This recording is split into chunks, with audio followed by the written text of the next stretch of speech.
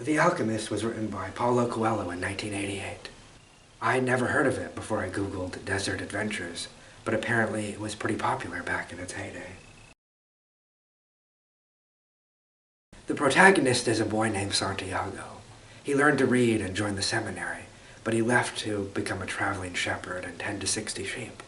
We don't really know much about him, and he doesn't change all that much throughout the story.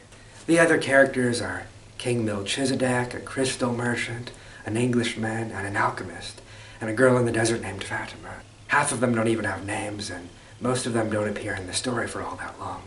So I give the characters 2 out of 10.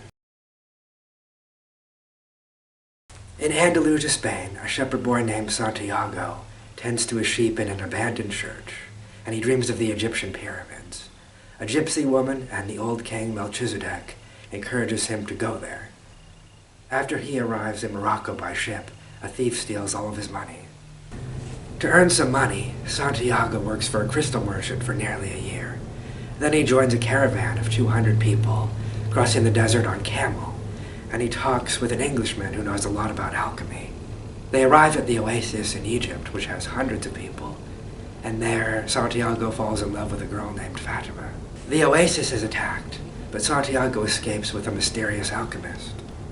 They're captured, but the captors agree to let them go if Santiago can turn into a sandstorm. So Santiago talks to the sand, the wind, and the sun, and a sandstorm appears, so they're freed. Santiago continues on alone to the pyramids, and there he begins to dig. He encounters some attackers, and one of the attackers mentions that he had a dream, that there was treasure underneath an abandoned church in Andalusia. So Santiago returns home and digs for treasure, and there he finds it. The end. I award the plot 7 out of 10. The prose is pretty straightforward.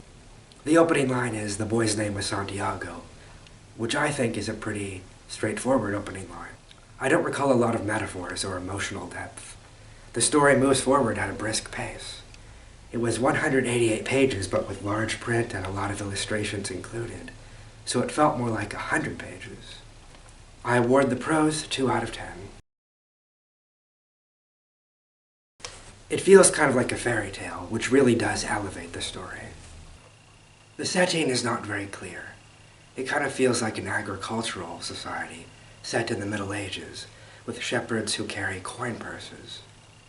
So I was surprised to find the presence of a revolver, which became more common in the mid-1800s.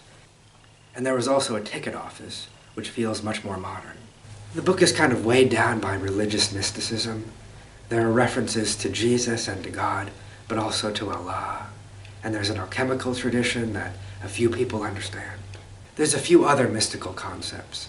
There's a soul of the universe, which includes everything and helps people when they really, really want something. That sounds a bit like the law of attraction in the 2006 self-help book, The Secret. There is a language of the universe that helps people to communicate. And there is a personal legend that is your personal mission in life. And if I were the author, I would have come up with some more original, interesting terms for these things. It's never clear how all these mystical and religious ideas are connected. I award the prose 3 out of 10. Overall, I award The Alchemist 4 out of 10.